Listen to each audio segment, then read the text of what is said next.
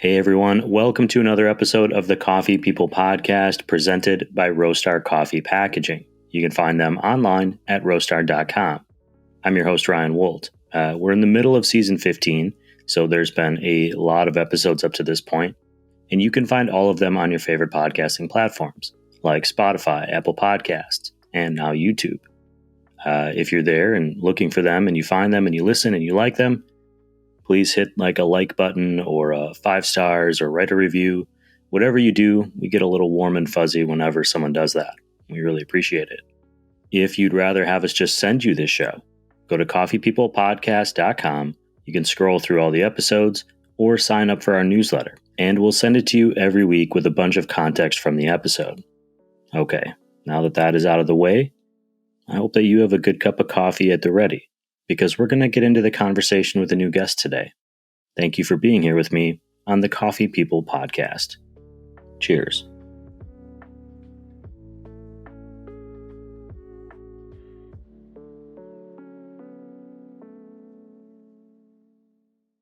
Sliding into your screen is not just any coffee can. It's a Roastery coffee can. Don't need thousands. Personalize just one in Roastery's Design Lab. No design experience needed. Choose a pattern, add your logo and text, or create something memorable with AI. Being made in the Midwest, you can expect it on your doorstep in no time. Now that was smooth.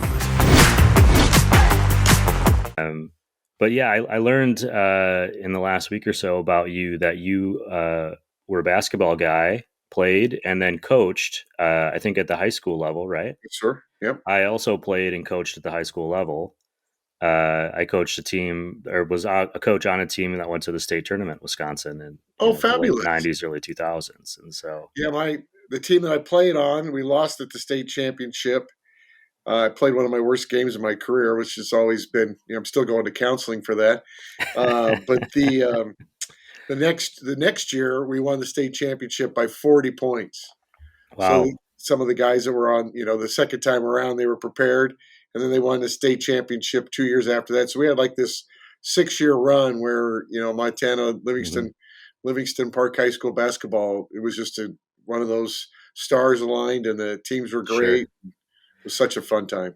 I was curious about, coaching after I played, which was a different, mentally, I wasn't getting my competitive urges out, but I had this other kind of more encompassing, overwhelming thought process about coaching. 20 years later, if I can't sleep, I run plays in my head, and I think about how I would teach them. Sure. Do you find overlap between running your own business and perhaps the old days of coaching as a good way to build a foundation there? Well, I think sports teaches us so many things, and I hope that America continues to, encourage kids in being in sports, because you learn about being on a team and all those things. For me, what I like about owning my own company is I get to keep score every day, with, how you did on the sales, and you're always competing. And so that kind of feels that competitive urge. And then the second part is I, love working with a team and building a team and, making, throwing a good assist and giving them the 2 points and building, really building a team atmosphere is super important. And I think that's all really nice crossover from sports and coaching and loving just loving, the whole aspect of team. It's just terrific.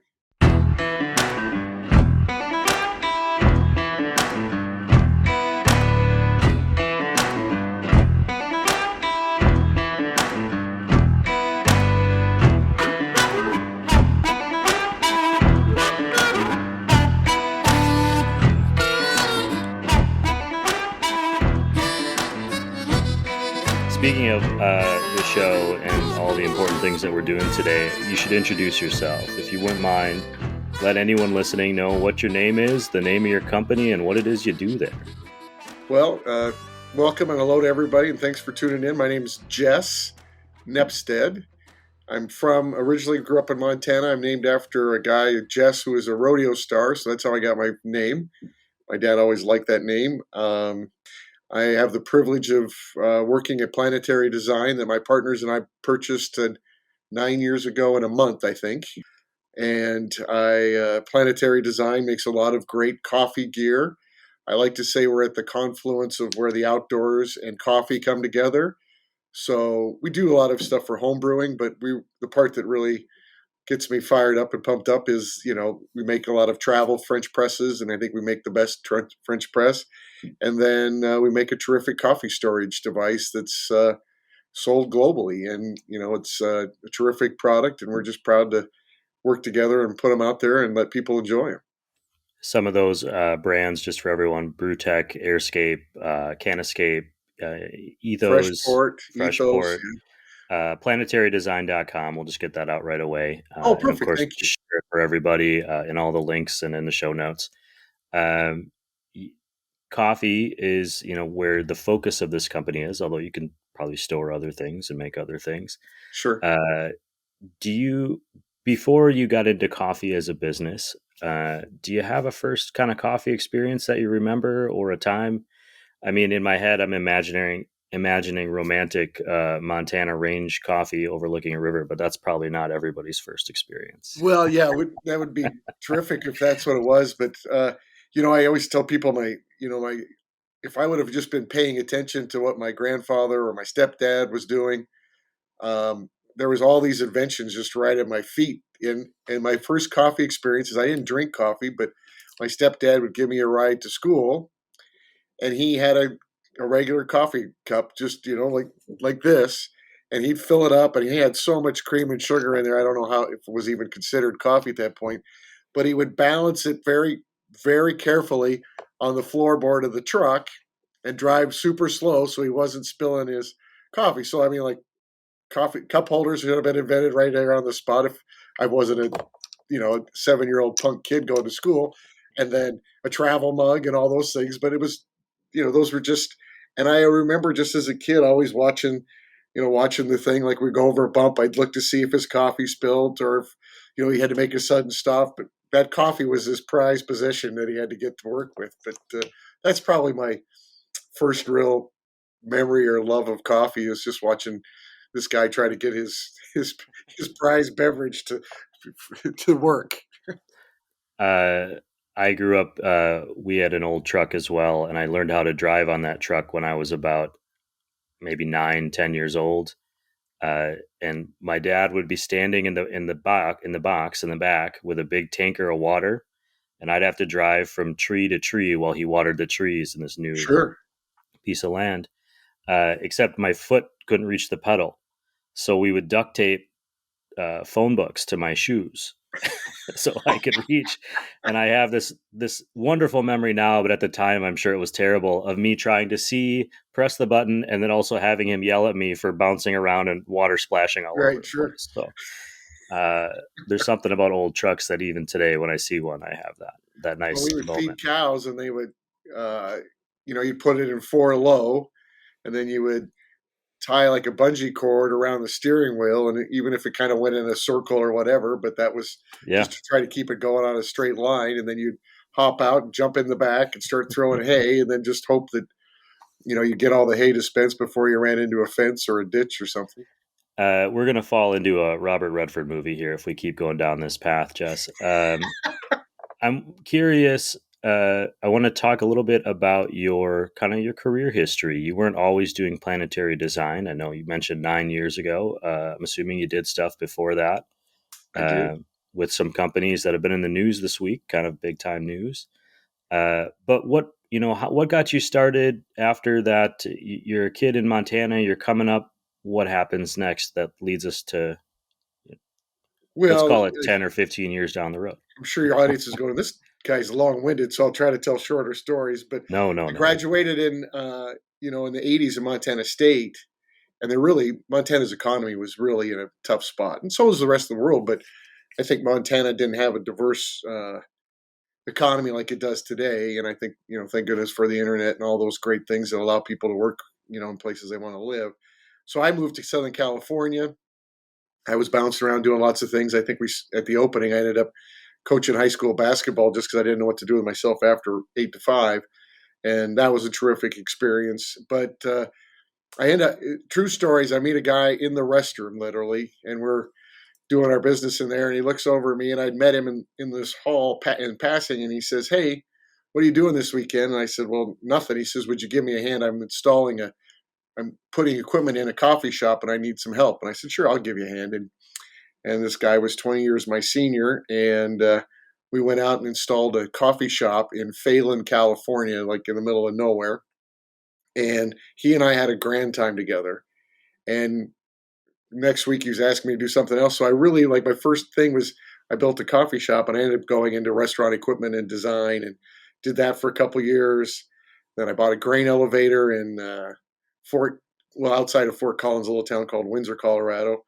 Moved up and did that for a couple, 3 or 4 years. And then I went to work for a company that manufactured coffee carts. So remember, I mean, kind of in the 90s when that whole cart thing blew up. So I went to work for a company there, and one of my customers was Nestle. And I called on Nestle. I always tell this story to folks, as I called on them for 2.5 years, never sold them anything, but they offered me a job anyway. And I was like, well, you're offered a job to a guy that couldn't sell you anything. But so I've always been around coffee. And then I started a career at Nestle. What year was that? 95. And sold office coffee, sold convenience store coffee, coffee mate creamers, Nescafe. At that time, they owned a bunch of roast and ground companies. And so I tell people I've really been in the coffee business one way or the other since 1987. And it's been, it's been a terrific channel to be in. And, I still always had the love of outdoors. So when this company came available, it's like I get to combine, several loves, and I get to move back to Montana. So, I mean, it was a no-brainer to get it done. I mean, it probably wasn't the best company to buy. I was losing $500,000 a year, and I was probably the only one that really wanted to buy it, but it checked all the boxes for me, and gave me an opportunity to go into a company, and really we had to turn it around. It was in tough shape, and we got it turned around. The team and my partners and I, we got it turned around, and we're over 20 employees and growing and having a lot of fun. You must have seen something at Planetary Design that made you think that it could be turned around. What was Well, that thing there that you went, okay, they're not making it on paper, the money isn't coming in, somewhere something is disconnected, but I think I have something, or I see something that I can make work. What was that thing?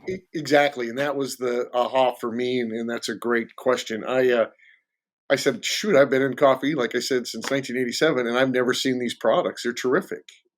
And there was patents around them. And I'm like, they just got to get out of their own way and get some processes and procedures in place, and get some energy, maybe a little money in place, and get redirected, and really kind of figure out who we are as a brand and a company, and put some energy in it. And the part that I really liked was I could see the problems. I could see them. I could, it's not like you don't know the algorithm today and you can't see it, so you don't know why your sales are off, on Facebook or Meta or whatever.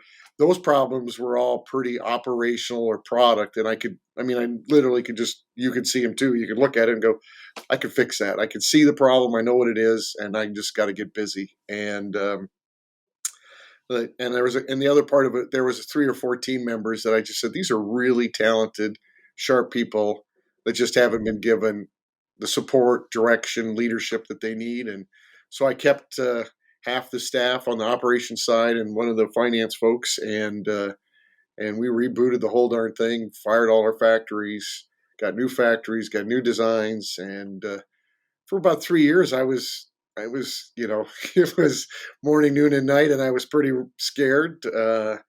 But you have to kind of take those risks to move the needle. And we just kind of got our wheels going. I thought, well, geez, we're there. And then COVID happened. I was like, oh, geez, now we're in really bad shape. And it turned out COVID was a blessing for us, because people had to make coffee at home because the coffee shops were closed. People started shopping more online, so people started figuring out who we were. And we ended up having 2 of our best growth years during COVID. And I thought that was going to sink our ship. So, and after COVID, I think we've kind of, got to the spot where people know who we are, and we've got enough things in place that, we should be on our way, if knock on wood. Tariffs was another curveball right at my head. Since you're wearing the Brewers hat, and I wasn't a very good baseball player, that curveball of tariffs was right at my head, but we've navigated that as a team again, and that's the fun part of running a business here. Every day is going to be a new surprise.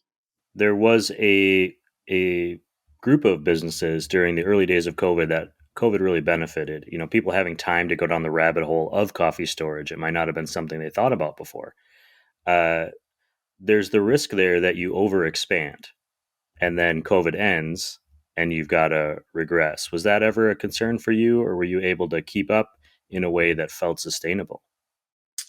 Well, it happened, but not to the degree. So what had really happened to us is we had 2 really good years, the first 2 years of COVID, and then the supply chain, that whiplash of that supply chain caught us. I want to say would have been 23 or 22, and we couldn't get our top selling products for like 60 days. So we made it through the COVID, and then that next year after, we really just ran out of product. And you don't have your best product for 60 days. It's like making a 12-month year or 10-month year, and so that was our only year where we didn't make any money, or we struggled, and we probably were out over our skis. But you can't let people go because you can't get product for 2 months, and so you take one on the chin there, and turned around the next year, and we were back to where we wanted to be. But that was kind of that's what hurt us. But a lot of our customers in the overland space, and with building those vans, everybody's,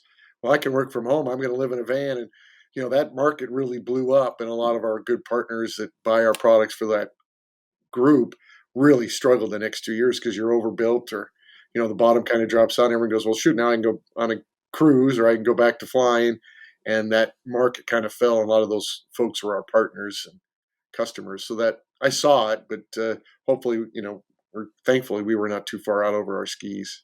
Sure. You mentioned best-selling products. I know, I believe the Airscape, which is the storage container, is one of those. I think the point of it is that it pushes air out. Is that my understanding that correctly? Yeah, the beauty of the Airscape, it's pretty straightforward. It doesn't require any twisting or batteries or anything, and it's got a really wonderful design and patented plunger. And as you push that plunger down to your ground coffee or your whole bean coffee, it pushes out the excess oxygen. And then you close the handle, and you've locked out UV light, which coffee doesn't like. You've locked out humidity, and you've forced most of the air out of the coffee, so it keeps your coffee fresher longer.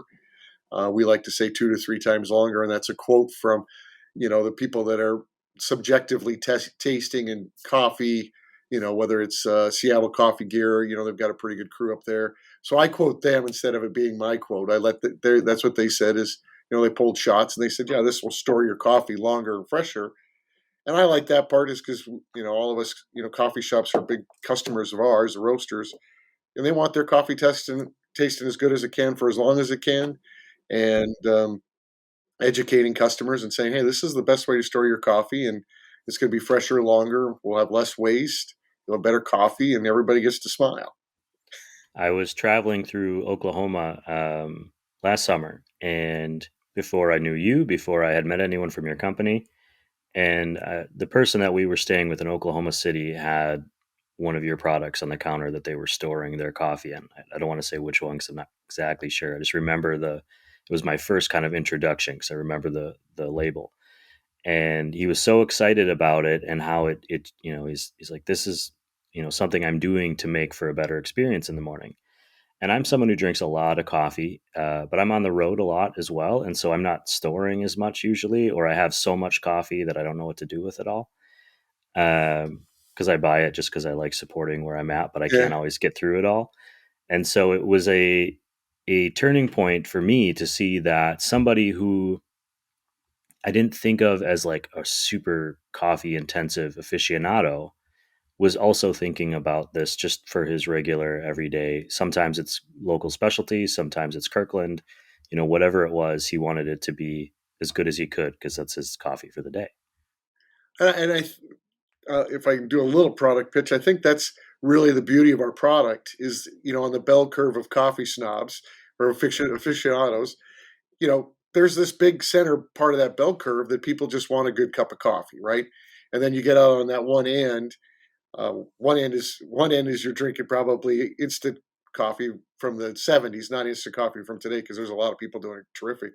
And then out on that other end of the bell curve are those aficionados that are buying, special releases and all of those things. And we have an upgrade to our standard airscape plunger, where it actually has a degassing valve built in it and has a fresh port where you can actually insert argon gas and flush it just like it was when it was in the bag. Because every bag you buy at off the store, that's been flushed with either nitrogen or argon. So if you put the product into our airscape and have the upgraded lid, if you're one of those 2%ers on the bell curve, you can flush that canister and get all oxygen out of there. And it's just like you put it in back in the bag. And where I see a lot of folks using that is, hey, on the weekend when I have time to sit down and really have a great cup of coffee with my significant other on a Saturday or Sunday morning, I'm going to break out that really nice coffee. And I'm going to do whatever I do, whether I'm going to have espresso shot or French press.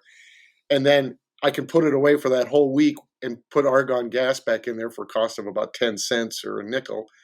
And I know that product is going to be ultimate freshness when I taste it. So that's something that we've developed over these years, but it's just taking care of everybody on that bell curve. And I think that's the beauty of the airscape, is for like 95% of us, it does the job every day. And if there's people that want to go to that next level with a degassing valve and flushing it with nitrogen, we have that opportunity today to share it with them. So it's been a lot of fun. Sure. And we're not all at the same point in our coffee journey at the same time. I've been in that 5% and I've been in that 95%. And it kind of depends on the energy levels I have based on what else is going on in my life. I've had some 2 a.m. coffee at a convenience store that I know I was on the other end, right? Sure. One thing I noticed when I was playing around on your website there, all of the products have their kind of their own branding, their own registered, mark, whether it's Brewtech or Airscape or whatever. Why focus on the product instead of Plantary Design as a company that provides products? Like if you would have said to me, before I met with one of your employees there at convention, oh, hey, do you know Plantary Design? I would have said no. But if they said, do you know Airscape? I would have said yes. But that kind of kept me away from some of the other products because I didn't know to look for them. So why do that? And how often do you get emails from your marketing team asking like, hey, can we change this up?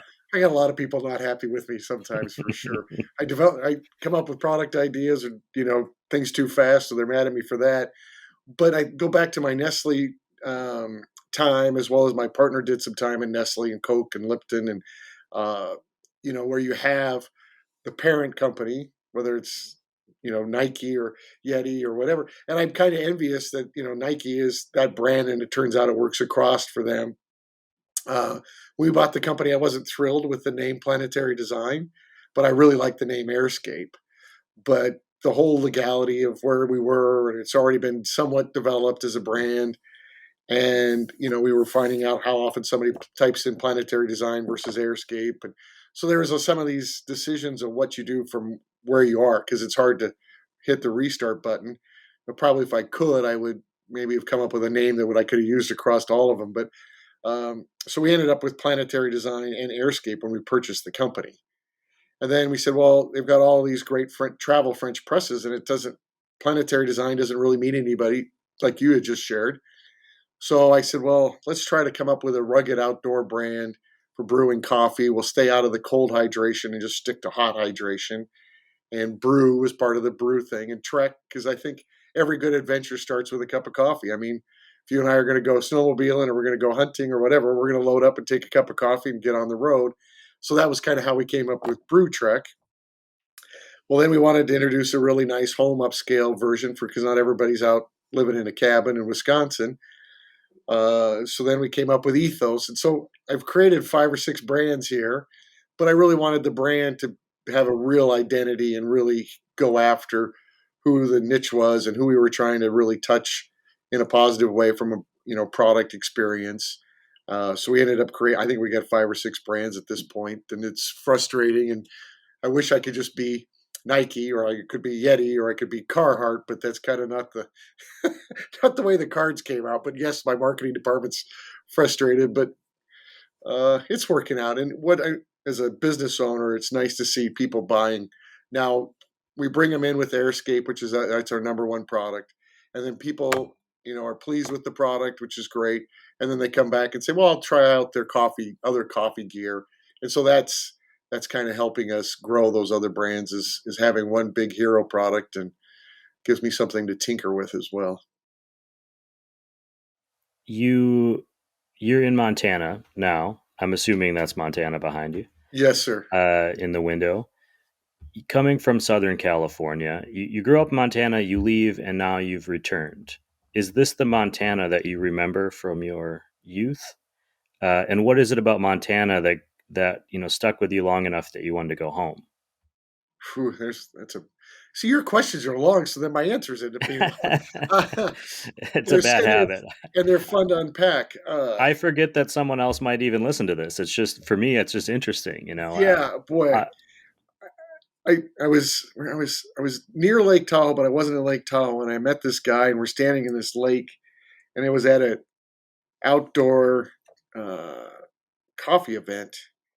And he says, "Where are you from?" And I said, "Well, I'm from Montana." He goes, and the next thing he said to me, and he says, "Why is it all you Montanans are so excited to tell everybody you're from Montana? If you're from Oklahoma, nobody gets that excited." He goes, "You Montanans are always so," and I just think there's a pride and uh, a love for it. I mean, it's in my blood, And as a kid growing up, be home by dark was kind of the rule. And I grew up in Livingston, and it's surrounded by three different mountain ranges, and back then you just had access, and we would jump fences, and nobody had no trespass. There was no trespassing. It was just we knew how to behave and be proper, and we could be in the mountains and ride your bike anywhere and do whatever you want. And so I just really became a part of. I spent a lot of time on horseback or on a bicycle or hiking, and it just became part of who I was. I moved to California, and I'm very thankful for that because of the business opportunities, and raised a family there, and I'm very thankful. I met great people and had a whole different life experience. I sadly lost my bride 3 years ago, and she was my anchor to Southern California.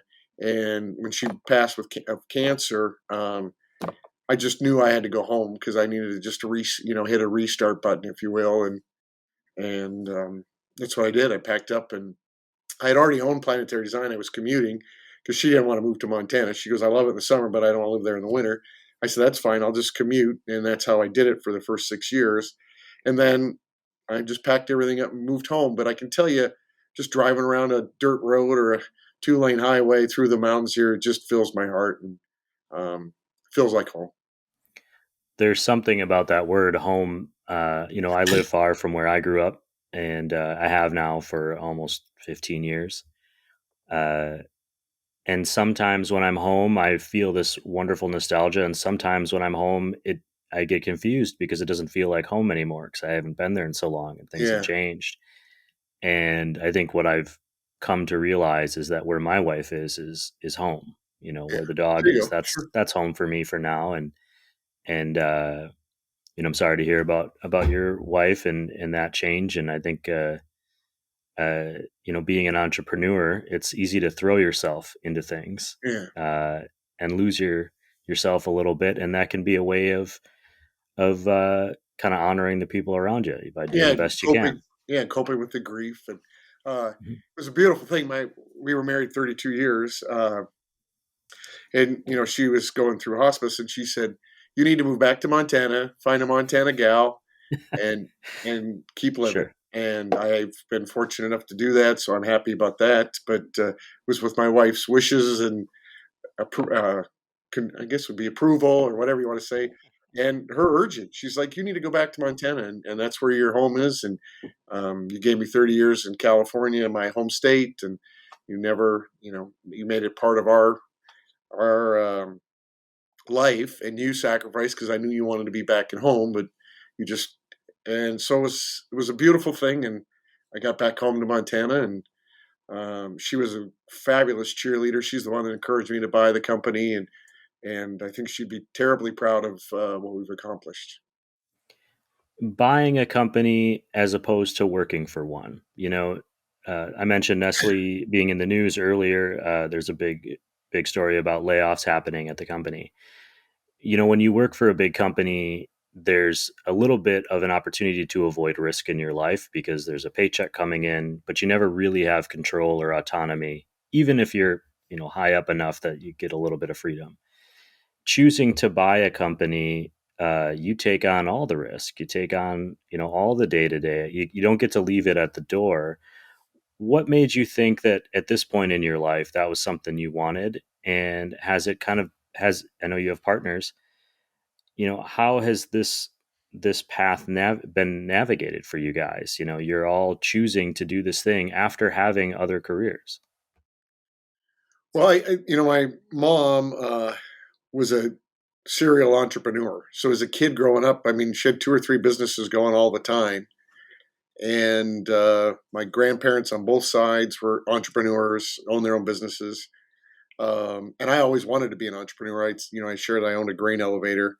And then I went to work for somebody, and then I ended up working at Nestle. And that was right when I was having, growing a family with kids. So that security was there.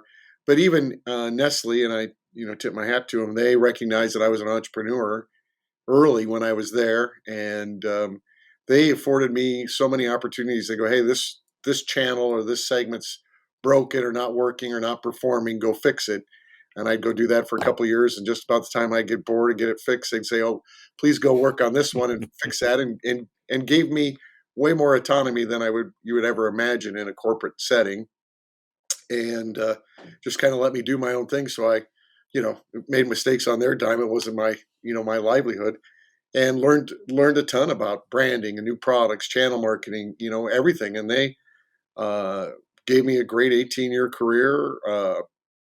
Compensation was great, but I think the biggest thing was what they taught me, and then they afforded me a lot of opportunities. And when I rolled into Plantary design, all those problems that I shared earlier that I could see, I'd already fixed in other places and other ways, and on a much different scale. You'd add like 3 zeros, but so I think I had the confidence and the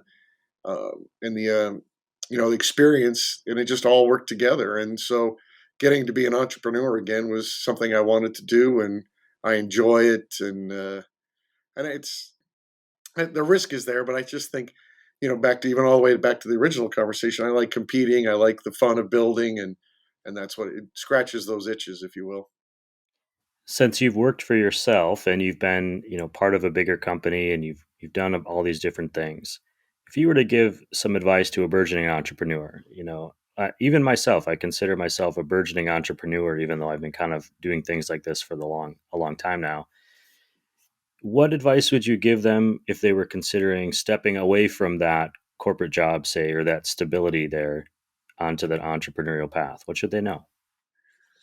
Well, I think that answer, if you had asked me this a year ago, I think my answer would have changed a little bit, but because AI can create so many things, and help people accelerate business startups. And I've started a couple other businesses, and I was like, shoot, by the time you get the legal work done and you design the logo and you put your business card, you're already tired and you haven't even started making money. So I think if you'd asked me that question last year, my advice would have been, find a business and there are lots of businesses for sale, and find a business that you're passionate about, and the wheels on the bus are moving, and then you can go in and fix it and change it because you already have a revenue stream, because if you're doing a startup, you got to either have a pile of money or have a bunch of investors, and it just takes a pretty long time to get something going. And I've done 2 or 3 startups from zero, and they're exhausting. And then finding Planetary Design, at least the wheels on the bus were moving, and I don't have to worry about insurance and setting up bank accounts and setting up, legal stuff, and I can get right to running the business. And that appeals to me. That's not everybody's cup of tea, but that, if tomorrow I had to start all over again, I'd go find another company and figure out, because I like that the wheels are already moving and maybe they just tires need to be changed and the oil needs to be changed. I don't have to build a whole new car, and I would think my other advice would be have a checklist of what you want. What is it that do you want independence? Do you want to manufacture something or whatever, and just have this list, because there's going to be a lot of shiny objects. And as entrepreneurs, I think we're excited about everything, life and people. And when you start looking at businesses, everything looks good. And really just be able to take it through that checklist of what are you after and what are you passionate about, and let and run every business opportunity through that prism of questions, so that you know that you're not going to go down a path and not be happy. I mean, I started a jewelry company, and I just wanted to do something different than food, and 2.5 years into it, after I'd learned it and had all that fun, and I kind of scratched the issue of doing something different. I realized I was doing it by myself. I missed working with a team. I didn't like that I could make money while I was sleeping, and there's all these things that I was like, this doesn't work for me. But I flew down that thing that rabbit hole before I really said, is this a good fit for me? I just saw an opportunity and said, oh yeah, I'm going to do it. And it was like, well, I did it, but didn't necessarily mean it was a good fit for my personality and what I like doing. Sure. I mean, a team having partners as you do now, you got any thoughts on business partnerships? I mean, what makes a partnership work? I ask that because I've had business partners and it didn't work. Well, I must have made, I don't know if I made a mistake or I made a wrong choice, but choosing that person, that you're going to, it's a little bit like a marriage, right? You've got shared accounts, you've got shared decisions for the future. There's a runway. So how do lots of you, different interests. yeah, I've had business partners and it's not worked. I've had to buy a business partner out of this business before, because he and I couldn't work together in a positive way and deliver good results. So I ended up buying him out. But that's how do you know if you found the right lady to be your wife, or you're the right guy to be your husband, or whatever? You don't know, right? And you think it all looks good, and I think you can check the list. This go around here, I have two partners that have already been successful in their careers, and you mentioned that, and I think that takes a lot of pressure off. Versus if we were two 30-year-olds or three 30-year-olds, and we got to put a roof over everybody's head, got to provide school lunches or whatever, and we have that. There's a different sense of urgency and a different set of needs. With this, all of us are older, have other revenue streams or whatever. So this was just a thing of that we wanted to be together and do a deal together, and share a lot of like interest. I think the biggest thing is 100% integrity across the board from the guys. I like, we have each other's back, and I think that's important for spouse being, in a relationship. But I think that really helps us this time around was we were all at a different point in our careers, and yeah, that's that's just good luck. I don't think that's planning. You know what I mean? sure. I mentioned my business partner that failed, and part of it was because we were great partners, and then he found out he was having a kid, and his perspective changed, and his priorities changed, and being part of a risky startup wasn't as exciting. Your priorities change, but that wasn't something that going into it at the time I had thought about. What happens when our perspectives on life change? Uh, but there's all of these challenges in business, and I think that's kind of what makes it exciting too. I mean, that one didn't work out, but at the same time, not having sports for myself anymore, I really struggled to find a place to be competitive and a place to, Yeah. uh, put that energy that I had as a young person, with both knees and ankles, which I don't, have anymore. And so, being an entrepreneur or trying to do new things kind of satiates that itch, and you got to find somebody, if you're going to have a partner who can work on that same wavelength to some extent. Yeah, and I think the other two things to quick say is, entrepreneurs always it's going to work, and that's how we're wired. But you also have to plan. What if it fails, or what if somebody all of a sudden has a kid and needs to get out? You need to plan the exit for anybody in a way that you can equally get people in and out of the relationship or the partnership easily without losing a friend or whatever. So I think you got to plan for not failure, but plan for an exit. I think that's just, and it's hard. And the other part would be you gotta build into the partnership. All right, when all the chips are on the table, who gets the last call? Who gets to make the final decision? And if you're 50-50s, or there's four partners at all at 25%, you're going to get to situations where you're all going to disagree, but then you're stuck because nobody wants to,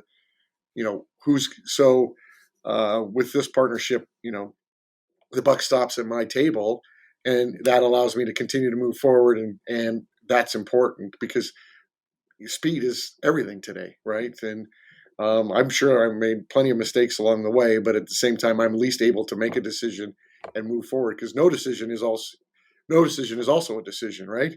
Right. So if we're all at an impasse and we don't launch a product or we don't hire somebody or whatever, then we're making a decision to do nothing, which is also, sometimes a really bad decision. So I think, my advice would be set it up so that it's 51-49 or whatever, then at least somebody can make the final call. Where were you 10 years ago, Jess? We were 50-50 partners, and that ended up being the problem in the long run. There was no exit strategy because we were young and optimistic, and we thought, well, this will last forever, right? I've done that myself 2 or 3 times. We'll be best friends forever. We're coming up on 40 minutes. I really appreciate your time. I know it goes by so quick, and it just means we have to get together to talk again someday. Please. But I want to make sure I ask you about something really important here, which is there's a story about a tattoo. What's the background on this? And my understanding is you have a tattoo that is company based. Yes. Well, there was one year, it must have been 18 or 19, and I don't have any ink on me. And one of our wonderful employees, Zach, he ran our print shop, and then he did a lot of marketing, product packaging for us and stuff, but he was also a tattoo artist. So I made some silly comment, and I said, hey, if we hit this sales number, I'll get a tattoo. And I think that was all the motivation the team needed. And they went after that number pretty good. And so they got it. And my wife was like, are you going to get a head tattoo? I go, this is part of integrity and leadership. I said I would, so I'm going to. And he put a Brew Trek logo on my ankle, and I got my first ink. And he was not a gun. He was a poke guy. Oh, boy. Yeah. And so it took forever. And he put it on. It was at Christmas time, and we knew we were going to make the number for the year. So we had a bowling party. So I said, don't tell anybody that I already got the tattoo, because I'm sure they were all going to ask me in January to get the tattoo, but I did it in advance because I knew we made the number. And so we go to the bowling alley, and we're bowling, and then the fifth frame or whatever, I roll up my both my pant legs, and bowled and just let them all see it. And they were all like, because it was that day, they were all just like, that's fabulous. And so that's the tattoo story. Tattooing your brand on you is a level of commitment. I haven't quite gotten to that point yet. Although maybe I could get a coffee cup at some point. But you could if like there was some big hairy goal that you set out there for your team and you all engaged and you got it done. I wear it with pride. I'm very proud of my team for their ability to get something done. And that sets you down the rabbit hole, right? 20, 30 tattoos since then, I assume? I have one other tattoo, and that's just in memory of my wife, and that's it. So I have 2. I think I'm done. Behind you, there is what in Wisconsin we'd call a mountain, and in Montana, I think might just be a hill. You mentioned early on in our chat about the outdoors, where coffee and tech and the outdoors come together. How do you look at your company as being kind of a step on people's path to respecting nature a little bit more or appreciating that? And, we use the word sustainable a lot in this industry, in particular coffee. How does that thought go into the decisions you're making for the products you're putting out? Well, it's in my decision process, but it's really in the team's DNA. And we have a lot of, everybody here seems to be an outdoor enthusiast. They're coffee enthusiasts, they're music enthusiasts, and they're dog enthusiasts. Those 4 things are kind of really common. And if you walk through our office, you'd see all of those. We're literally right off my left. I'm pointing here. We're on the Blackfoot River. We had 21 bighorn sheep down on the river yesterday morning when we came to work getting a drink. So it's right in front of us. And the Blackfoot River confluences with the Clark Fork just downstream about a mile. It is right on top of us here. And we we give to the Conservation Alliance. We're part of the Backcountry Hunters and Anglers. We let all the nonprofits use our meeting space here to have meetings, because it's a beautiful outdoors. You could throw a rock, even if you got a bad arm, you could throw a rock into the river here, and it's in our DNA. We're very fortunate to live and to have an office like right in the mountains. I mean, we're in the gaps of the mountains here, and it's fabulous. I just drove through Montana, and we traveled along the highway there, but along the Yellowstone, kind of back and forth the whole way, and I love Montana as a place to visit, and it's a beautiful spot. What I really noticed, though, is that when I drove from Wisconsin through Minnesota and North Dakota, that was one day, and then when I drove from the east side of Montana to the middle of Montana, that was another day. Yeah. So you have this great big epic landscape that's obviously been part of every Western movie in along with Utah there. Anything I should say, what comes next? What's the future for Plantary Design, and what's the future for you? Yeah, what's the 3-year? What's the 5-year? I think in our company here, we're the wheels, the nose is up, the plane's off the ground. I just would like to see us, put some nice growth together and continue to grow globally. We got a warehouse in Netherlands, a warehouse in Canada, a warehouse in China. We're just trying to grow, measured growth, and just do it the right way and do it according to our ethos and how we want to conduct ourselves. I got to work on a succession plan to figure out who's going to, take the wheels. I've thought about ESOPs. I've looked into that, and can the employees buy the business? My children don't want to be involved, so and I'm long in the tooth here at 62 years old. So it's, that's the next 3 years is going to be a lot of fun for me. I think our team's in place and they can run the business. It's just, can I set the vision and the strategy of where we want to go and try to figure out a way to get the right people in the place. Either if, we sell part of the company to them or whatever we do, I got to figure that out. And I'm not giving you a no answer. It's just on my to-do list. And I think Planetary Design's got lots of runway, and as people discover who we are and what we're about, I mean, I could talk to you about sustainability. I kind of answered your question just about outdoors, but how we build our stuff, our stuff comes in a cotton bag, so you can go refill at the coffee shop, so you don't even have to use, just go into your local coffee shop and put the coffee right in there off the roaster. We don't need to kill a coffee bag.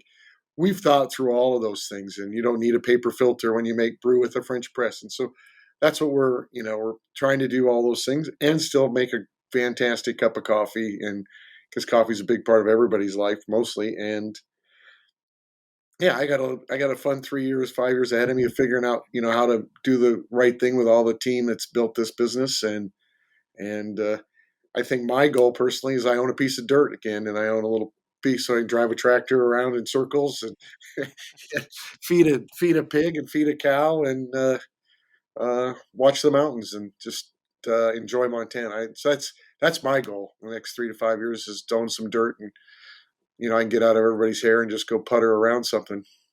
It sounds quite lovely. And I'm not doing anything if you need a successor. This show's not going to last forever. Get back right up here in Montana, and we've got lots of fun ahead. And we have I've said it a million times, but we have a wonderful team and great people, and opportunities present themselves all the time. So get yourself up here and take a look at us. When you're out and about in Bonner or Missoula and you stop into a coffee shop, what do you order? I ordered it this morning. I had an Americano at Posh Chocolate. So Americano is usually my go-to. If they have drip coffee and I'm kind of in a hurry, I'll do a drip just to get out of their hair. But those are my two, and no sugar, no cream. Unlike my stepdad, who was balancing this coffee that almost looked like milk. But no, I'm just a black coffee guy, and my kids are black coffee drinkers. So hopefully that's a good sign of parenting. Maybe, I don't know. Well, I'm sure it certainly is. I didn't drink coffee until I was 30, so I should call my parents and say what's going on. Jess, I really just appreciate the time and you talking a little bit about entrepreneurship with us. And I'm sure we've got a lot to learn from your journey as well as, excitement about where you guys are going. So thank you for being on the show. Well, stay in touch, and and if you ever do get through Montana, or your listeners get here, we love having company and showing them what we do. It's a great place to roll in with a Sprinter van, open the door, and sit there and have a sandwich and watch the river flow by. It's we're very, very lucky, and we love having company and letting people hear our story.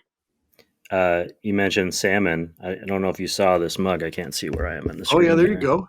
So this is my new salmon mug. I'm very excited about it. So each side has got a different little salmon design. Fabulous. That's a good looking mug. Jess, I'm going to hit the stop button here. If you can hang on.